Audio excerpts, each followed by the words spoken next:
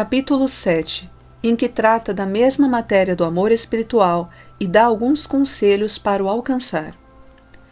É coisa estranha, que apaixonado amor o de uma alma santa, que de lágrimas custa, que de penitências, que cuidado de encomendar o amigo às orações de todos aqueles que parecem ter valimento junto de Deus, que desejo contínuo de o ver progredir, e que mágoa inconsolável quando assim não acontece. Se julgando-o melhorado, o vê tornar um pouco atrás, dir-se-ia que não pode mais ter prazer na vida. Não come nem dorme, é só aquele cuidado. Sempre o temor de que se perca a alma tão querida, de modo que se venham a apartar eternamente. Da morte corporal nenhum caso faz, pois não se quer apegar a coisa que por um sopro lhe foge das mãos sem que a possa reter.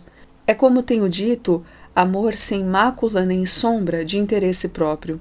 Tudo o que deseja e quer é ver rico dos bens do céu o ente amado. Isto é amor, e não esses afetos desastrados que há no mundo.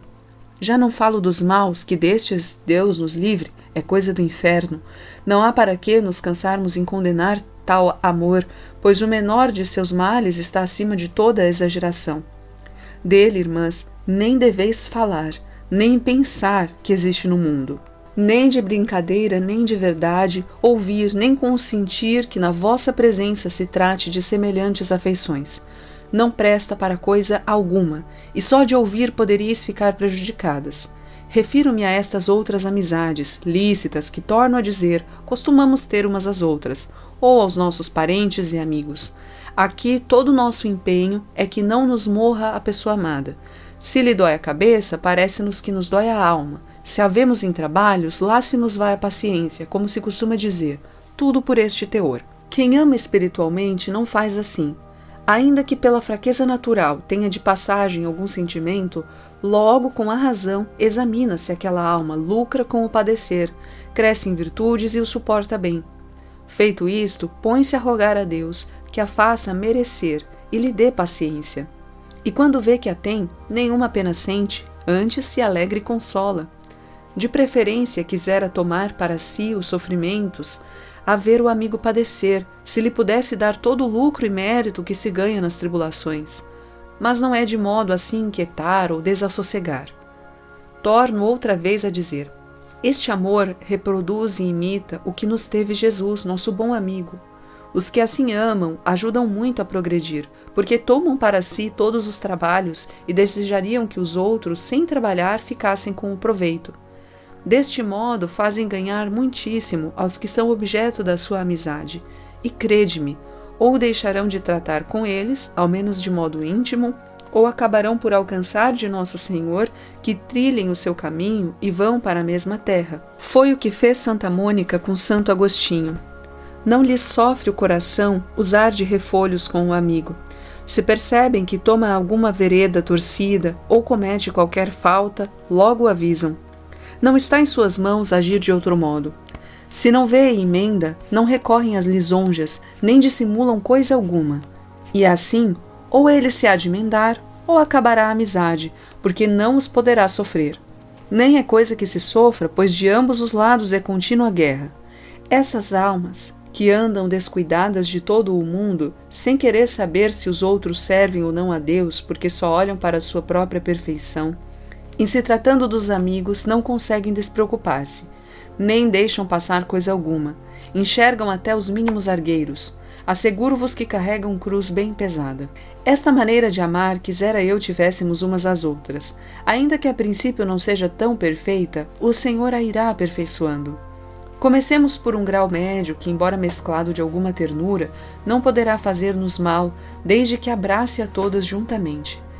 É bom, e algumas vezes necessário, mostrar e mesmo sentir ternura e afeição, e compadecer-se de alguns trabalhos e enfermidades das irmãs, ainda que sejam pequenos, pois não é raro uma coisa muito leve dar tão grande pena a uma, como daria a outra uma grande tribulação. Há pessoas que, por natureza, se afligem com os mínimos contratempos. Se convosco acontece o contrário, não deixeis de ter compaixão. É que nosso Senhor talvez nos tenha querido preservar destas penas, mas teremos outras.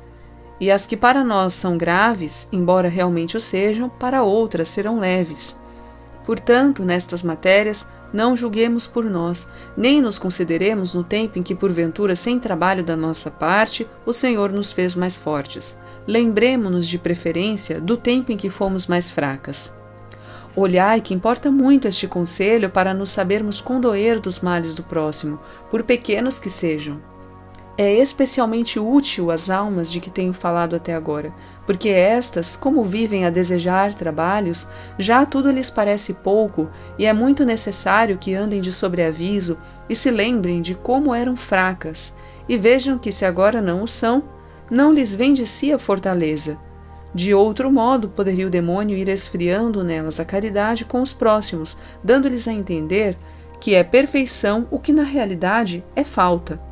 Em tudo é mister andar com cuidado e vigilância, pois o maligno não dorme. E as que são mais perfeitas ainda mais se hão de acautelar, porque ele as tenta com muito maior dissimulação, não se atrevendo a outra coisa, e se não estiverem alerta, como digo, só entenderão o dano quando já estiver feito. Enfim, importa sempre vigiar e orar, porquanto para descobrir as manobras ocultas do demônio e obrigá-lo a dar sinal de si, não há melhor remédio do que a oração. Procurai também alegrar-vos com as irmãs quando elas têm necessidade de recreação e no tempo que é de costume, ainda que não seja de vosso gosto. Pois se usardes de prudência, tudo é perfeito amor. Muito bom é compadecerem-se umas das necessidades das outras, mas olhem que não seja com falta de discrição em pontos que vão contra a obediência. Ainda que interiormente vos pareça áspero o que manda a prelada, abstende-vos de qualquer demonstração e não o deis a entender a pessoa alguma, a não ser a mesma priora, com humildade. De outro modo, faríeis muito mal. Aprendei a conhecer quais as coisas que deveis sentir e lamentar nas irmãs, e sempre que em alguma virdes qualquer falta notória, tende muito sentimento. Eis a ocasião de mostrar e exercitar bem o amor em sabê-la sofrer sem se escandalizar. O mesmo farão as outras com as vossas faltas, que serão talvez muito mais numerosas, embora não as conheçais inteiramente.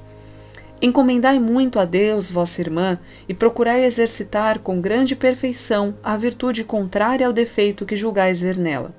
Esforçando-vos deste modo, ensinar-lhe-eis por obra o que ela talvez não entendesse por palavras, e nem ainda emendasse à força de castigos.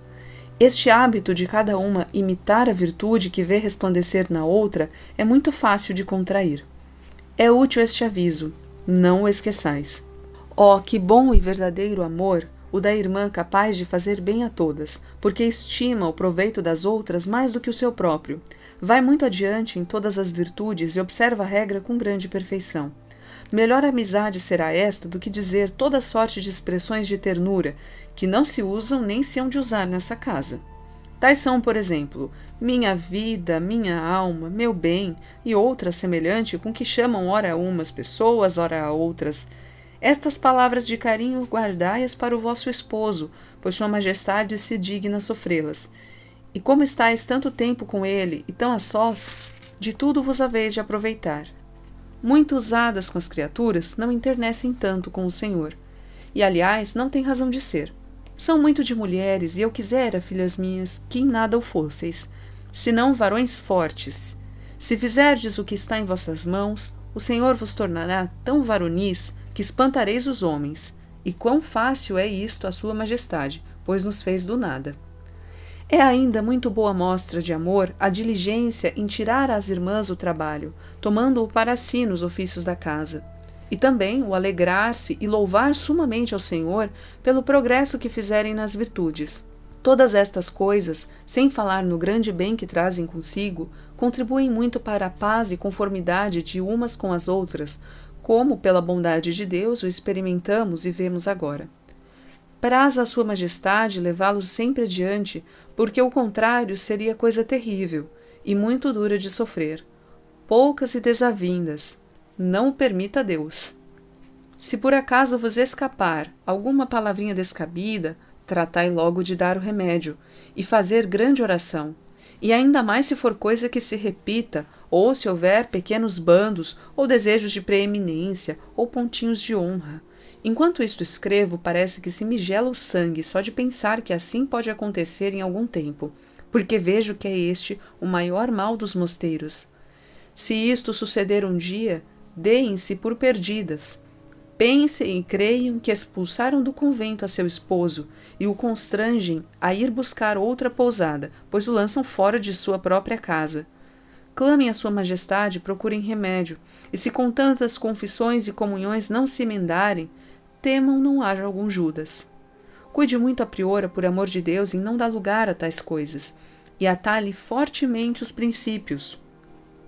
Todo o dano ou remédio depende disto. Se conhecer que alguma altera a paz, procure transferi-la a outro mosteiro, que Deus lhe dará meios para a adotar. Apartem de si esta peste, cortem como puderem os ramos, e se não bastar, arranquem a raiz. E quando assim não puder ser, metam num cárcere donde nunca mais saia, quem destas coisas tratar. Mais vale isto do que pegarem todas tão incurável pestilência. Oh, que grande mal é este! Deus nos livre de mosteiro onde ele tem entrada. Antes quisera eu, este fosse invadido por um fogo que nos abrasasse a todas. Como em outra parte pretendo dizer mais alguma coisa a este respeito, tão importante para nós, não me alargo mais aqui.